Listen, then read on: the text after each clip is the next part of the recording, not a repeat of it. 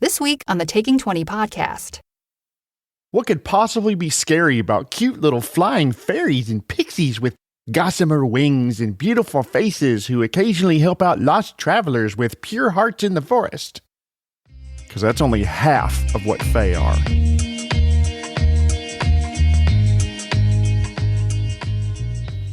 Thank you everyone for tuning into the Taking 20 podcast, episode 148.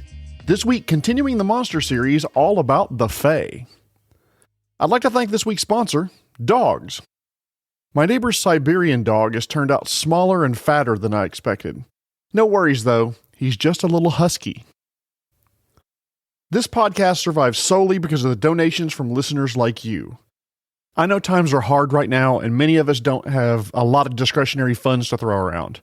I completely understand if that's your situation, but if you enjoy the podcast and have a little extra, please consider donating to help keep this podcast alive. I promise you I'm not taking your donations and I'm getting a pool installed in my house. I promise it all goes to hosting and audio processing fees and just all the day-to-day to keep this thing going. Another announcement. Don't forget about the contest. Please send me a screenshot of your liking or following 3D Crafts and Curios on Facebook or Insta, and you'll be entered to win that beautiful fairy dice tower. See my social media if you want to see a picture of it.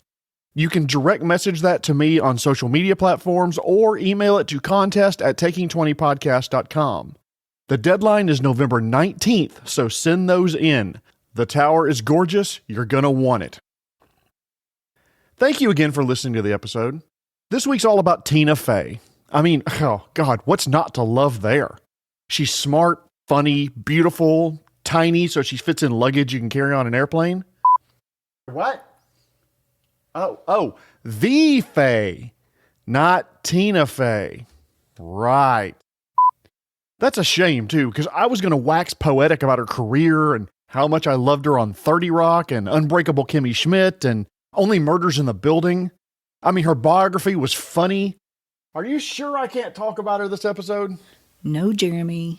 Fine. Let me just scrap all my notes here. Megamind, Saturday Night Live, date night with the messed up hair, and oh my goodness. And sorry, I got lost in a fantasy. You know what? Never mind. Anyway, right, the Fae. The Fae are based on creatures of myths and legends tied to forces of nature and the wild places of the world. So let's talk about why I'm covering Fae in Horror Month.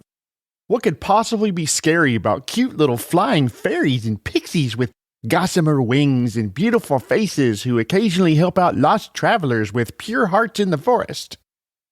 Because that's only half of what Fae are. For every group of sprites that escorts a lost child out of the woods, there's a displacer beast who hunts cattle and robs farmers of their livelihood. For every dryad that heals the wounded druid, there's a kelpie who wants to lure them into a lake and drown them. Fae are extremely varied, just like other creature types in the game. I mean, there are dozens of types of humanoids, undead, devils, demons, various shapes, sizes, and personalities. Literally, there are dozens of types of Fae with similar variations. So what makes Fae so scary is their inscrutable nature. They simply don't act or even think like traditional humanoids do.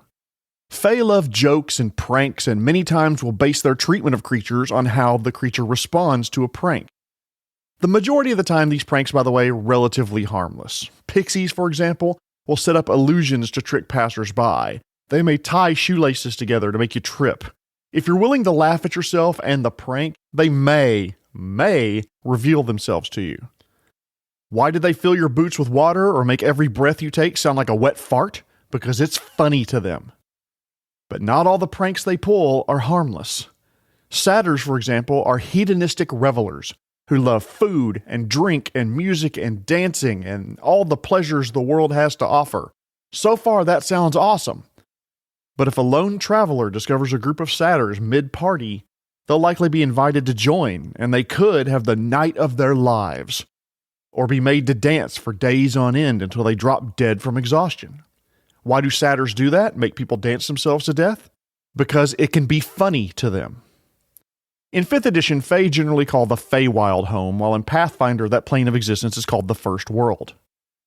The Feywild is a realm of everlasting twilight, a land of lush forests and fields, beautiful streams and rivers, and even vast oceans where creatures mundane and magical live, but also areas of thick, syrupy swamps, dangerous crevasses, and windswept hills where much more dangerous creatures reside. Now, I want to give the Feywild its own episode one of these days, but in short, per the 5th edition Dungeon Master's Guide, the Feywild is a land of soft lights and wonder, a place of music and death. Oh, like a concert for most indie college bands. Okay, that wasn't fair. Unlike the Feywild, the lighting for most college bands sucks. There are two general groups of Fey. I hesitate to call them kingdoms, but they more closely resemble different philosophies of the Fey. They're called the Seelie and the Unseelie Fey. The settled areas are for the most part ruled by the Seelie Fey that compose the Summer Court. But the wilder areas of the Feywild, the land is brambles and fens, and they represent the danger that nature can bring. In those areas, the Unseelie Fey reign supreme. Seelie and Unseelie Fey comes right out of Scottish folklore. The difference is the courts. Basically, the Seelie is the Summer Court, and it's ruled by someone known as the Summer Queen. Seelie, by the way, has the same root word as the English word silly, which should help you understand how these types of Fey would act in the original legends. Examples of Seelie Fey are pixies, sprites, blink dogs. The Unseelie Fey, meanwhile, are part of the Winter Court, and they're ruled by the Queen of Air and Darkness. Examples of Unseelie Fey would be like redcaps and displacer beasts. Page 49 of the 5th edition Dungeon Master's Guide has an info box concerning the courts of the Feywild, but it does fairly little to describe the nature of the courts. Seelie and Unseelie do not directly correlate with good and evil. Many mortals make that equation, and yes, many Seelie Fey are good aligned and many Unseelie are evil aligned, but their opposition to each other stems from their queen's jealous rivalry, not necessarily abstract moral concerns. Interestingly, the characteristics of the two courts Seelie and Unseelie have changed as newer versions of D&D have been released. Older texts describe the Seelie court as beautiful and exclusive, meaning you have to be pristine looking and absolutely gorgeous to become part of the Seelie court. Meanwhile, the Unseelie court was described as nightmarish and ugly, but very inclusive. I can't find that same lore in any of the 5th edition books, so that may have been superseded. In Volo's Guide to Monsters, page 52, Hags, Dark Sisterhood, because both the Seelie and Unseelie courts appreciate and revere beauty among the Fey in their own way, for that reason, hags really aren't welcomed in either court. To repeat, do not assume that the Seelie Fey are always good and the Unseelie Fey are always evil, no matter who they exclude. While the tendency is there, assuming the Seelie Fey will always act in a benevolent way is a one-way trip to Dance Till You Die-ville, or turn your blood into Whiskyopolis, or forever being painted like a clownberg. Wow, God, that city joke really devolved there, didn't it? Anyway, the way I have the two types of Fey sorted in my mind is that both Seelie and Unseelie Fey will lure you into the forest and play pranks on you. The Unseelie Fey are more likely to possibly have a prank that kills you, while the Seelie Fey may just play the prank on you, make you uncomfortable, but probably stop just before the kill you part. There's nothing wrong with treating Unseelie Fey as a bit less honest or more prone to violence in some ways, but honestly, you really can't trust either side when dealing with the Fey. Both Seelie and Unseelie Fey are capricious and moody with attitudes that change like the weather. They can be friendly for 10 straight minutes, and then, because you open your jacket and reveal you're wearing a vest with a spiral pattern, they suddenly grow cold or angry and the entire encounter changes. Friendly can quickly become deadly over some slight that the character may not even know they've committed. That being said, even offended Fey like bargaining and deals. Fey bargains tend to be verbal, which gives them leeway for creative interpretation of the terms. It's harder to wiggle out of aspects of a deal once it's on paper. Mechanically, I tend to treat this like a deception check by the Fey creature versus an insight check by the mortal in the proposed deal. But regardless, Fey need to win the trade in their eyes. That's always their goal. So what are Fey asking for from mortals in a deal? According to Fey legends on Earth, Fey love sweet things like butter and cakes and sugar, but there's no way in hell to let your characters off that light. Here's 1,000 pounds of sugar. Now tell me that devil's true name. No, fuck that. That's too easy. Interestingly, the value Fey tend to assign to things they ask for depends on what you think the value of the thing is. Most player characters are utilitarian. They assign value to something based on how useful it is and or how much they could sell it for. Not the Fey. If you need something from them, they're going to ask for something important to you in return, even if it has little actual value to the Fey. Even if the deal makes no sense to us or to the one who's entering the deal. For example, in traditional folklore, Fey love memories. Not just any memories, important memories to you. This is not a benevolent exchange. They're not going to take the memory of your character when they were laid up for 3 days with trollpox and couldn't move. They're going to want to take the memory of your mother's face, your first kiss, the cherished friend you had growing up who ran off, passed away, or otherwise isn't in your life now. Another thing Fey love bargaining for is being able to place limitations on you. For example, you can now never refuse a request for hospitality from anyone. Or you could never shower or bathe again. You're now repulsed by the sight of blood, which is going to be a challenge for your barbarian.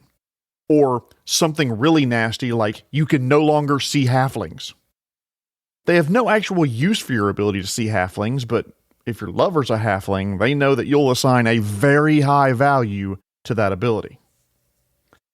Another thing Fey love are pledges of fealty, and they will give you something now in exchange for something later. Warlocks, for example, requesting an Archfey patron, are potentially promising their soul later in exchange for power now. Sometimes another example would be young people will request something of the Fey, but they must promise their firstborn child to get it. But they say, oh, that's okay, I'll never have kids, until they do, and the Fey comes knocking to collect. Fey sometimes will ask for something unusual and unique. They want your shadow, for example. They want your voice. They want the color of your eyes, or they maybe want your first name. Now you may be saying, how the hell can they claim your first name? Fey magic is how. Suddenly, everyone you know starts referring to you by your last name, and no one can recall any other name you may have gone by, including yourself. Fey will sometimes ask for something that changes the way you interact with the rest of the world. Everything you touch turns moist. Everything you see that is blue turns purple, or clear, or you can no longer differentiate between copper pieces and gold pieces. That last one, by the way, is the one I came up with on the fly at my table, and I am still proud of that one. The character would pay for everything in silver or platinum, and would sometimes have to ask assistance from the other PCs or from an NPC they sort of trusted to make sure they weren't getting swindled by a merchant because they could not tell the difference between copper and gold. Fey will sometimes ask for a service in exchange for information or whatever the PCs want from the Fey. This is the closest to a traditional humanoid motivation that you will ever find in the Fey. It's a quid pro quo. We want X, you want Y.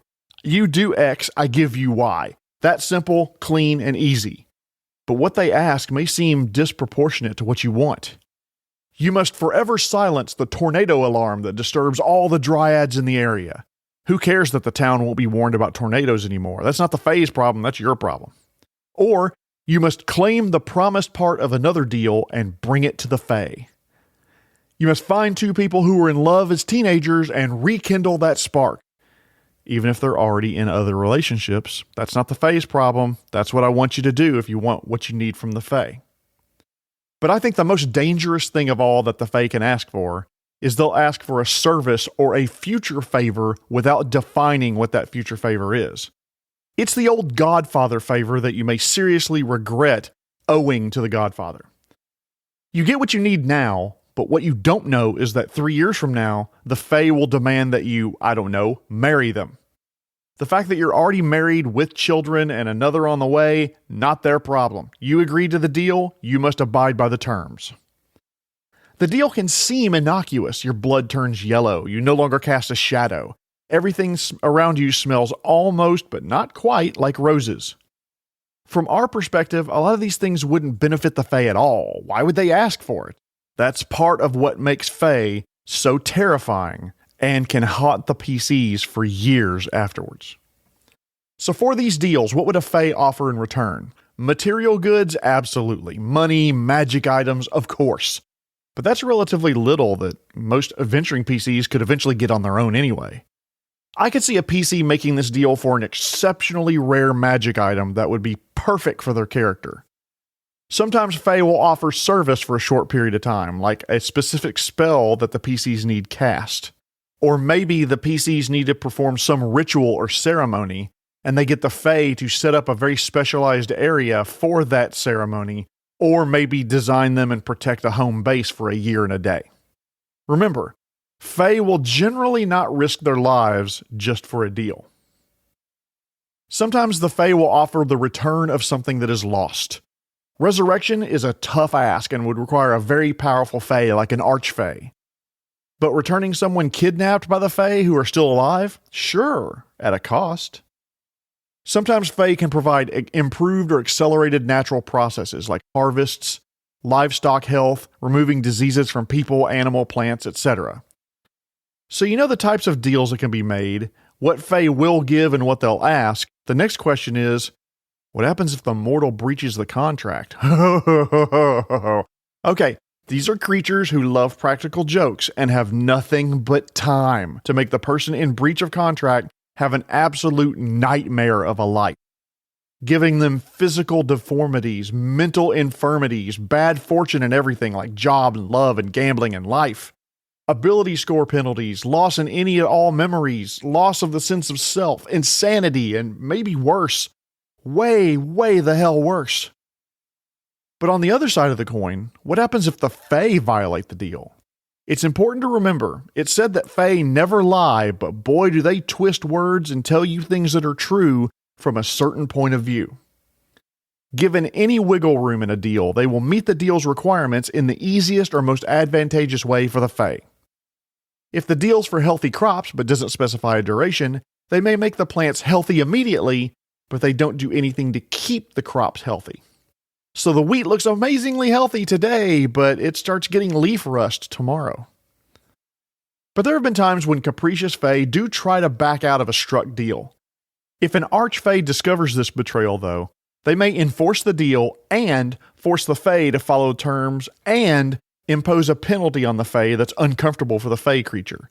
Additional service to the mortal, giving of gold to the mortal, or the Fae could be demoted to a weaker form.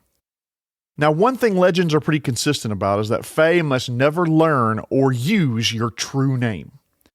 If a Fae knows your true name, then they generally have power over the mortal. In legend, that meant the mortal had to accept a certain deal from the Fae, and the mortal couldn't harm the Fae, that type of thing. In game terms, from behind the screen, I generally say the Fae has advantage on any spell the true name owner casts at the Fae, and any attacks made against the Fae, if that Fae knows your true name, are made at a disadvantage. Also, since the Fae has the mortal's true name, the Fae can impersonate the true name owner anytime they want to, looking, sounding, smelling just like them. Now, there are precautions mortals can take.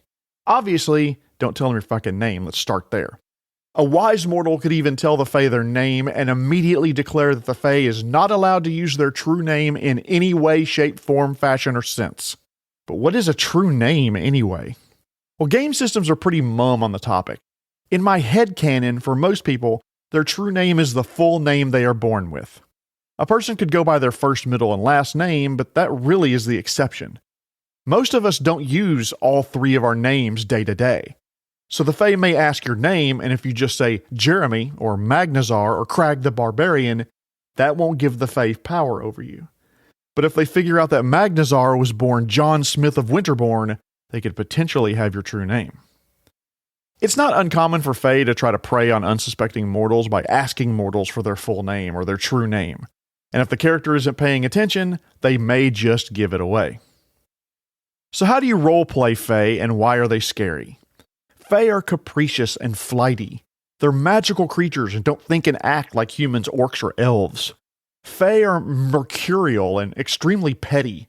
They feel slighted at the smallest things. Think about the movie Maleficent. who curses a baby and destroys a kingdom because she didn't get an invite to the friggin' baby shower. Fae treat favors as currency to be collected and hoarded. Fae are terrifying because they are clever. The character who thinks they got the better of a Fae in a deal usually gets a nasty surprise when they unexpectedly come out on the wrong end of the deal through technical interpretation of the deal made by the Fae. Fae generally value the natural world and strive to protect it. It's not uncommon for Fae to attack creatures who are destroying trees too close to their homes, or at least their adopted home. The humans just think they're expanding their settlement or getting a better source of water, only to find out they've angered dryads, sprites, or even powerful archfae. Another thing to remember about Fae when you're role-playing them, Fae don't care for you. You might spark their interest, or they may take a shine to you the same way you take a shine to a butterfly that wanders into your yard. But ultimately, they very, very rarely make any meaningful long-term connections with non-Fae. Characters should be curiosities to them at best, but more often, targets for their tricky or even malicious senses of humor. Maybe they're just a source of entertainment for them for a few minutes, hours, or maybe even days. For example, how do I use pixies in my campaign? Well, the arrival of visitors may pique pixies' curiosity. They're generally too shy to reveal themselves at first. They'll study the visitors from afar and gauge their temperament, or play harmless tricks to get them to measure their reactions like I talked about earlier. They may tie dwarfs' boots together, create illusions of strange creatures or treasures, or use dancing lights to lead the interlopers astray to fall off a bridge. If the visitors respond with hostility, the pixies give them a wide berth. But if the visitors are good-natured, the pixies are more likely to be emboldened and more friendly. The Fae may even emerge and offer to guide their guests along a safe route, or invite them to a tiny yet satisfying feast prepared in their honor. Pixies abhor weapons and would sooner flee than get into a physical altercation. Sprites, meanwhile, much more serious than pixies. They see themselves as the protectors of the forest. They tend to be good aligned, aggressive, and hardy warriors that don't hesitate to use guerrilla tactics to take down the bigger creatures who are destroying their beloved forest. Lastly, I want to talk about two major enemies of the Fae. Ettercaps are purplish humanoids with spider-like faces that tend, feed, and watch over spiders. They're kind of almost like shepherds to spiders, the same way we oversee sheep. They love setting up traps to capture pixies and sprites because evidently, besides being cute, they're freaking delicious. Another enemy is the Fomorians. These are huge, misshapen giants with deformed, gross bodies and hearts and minds even more twisted than their physical form. They were subject to a Fae curse thousands of years ago. At one point, the Fomorians were among the most beautiful and brilliant of races, but they lusted for magic and power above all else. The Fomorians sought to conquer the Feywild and enslave the inhabitants, claiming those creatures' magic for themselves. In a rare case, the Fae united, Seelie and Unseelie alike, to defend their realm, and one by one, the invading giants fell as their bodies were warped to reflect the evil in their hearts. The giants fled and retreated deep beneath the world to nurse their hatred for the Fae. Cursing their fate, they have ever after plotted vengeance against the Fae that wronged them so horribly. If you want to introduce Fae to your game, either enemy would make for a great campaign background, with the shy Fae asking the adventurers to help rid them of a menace in exchange for something, or maybe even the Fomorians hiring the PCs to kill the Fae for them. In today's episode, we talked about the Fae, and honestly, this probably should have been a two-part episode because there's a lot of information about folklore and RPG sources about these mythical creatures. Keep Fae aloof, inscrutable, curious, and powerful, and I bet you and your players will have fun doing it. Do you have a topic you'd like to see covered in an episode? I'd love to hear from you. Message me on social media or send it to feedback@taking20podcast.com. Tune in next week, by the way, when we're going to talk about lessons we can learn from video games and apply to our RPGs. Also, get those contest entries into me. Deadline is the 19th. Before I go, I want to once again thank this week's sponsor, dogs. My brother has always wanted to adopt a dog that knows magic tricks. He really, really wants a Labracadabrador. This has been episode 148, continuing the Monster series, this week about the Fae. My name is Jeremy Shelley, and I hope that your next game is your best game. The Taking 20 podcast is a Publishing Cube media production. Copyright 2022. References to game system content are copyright the respective publishers.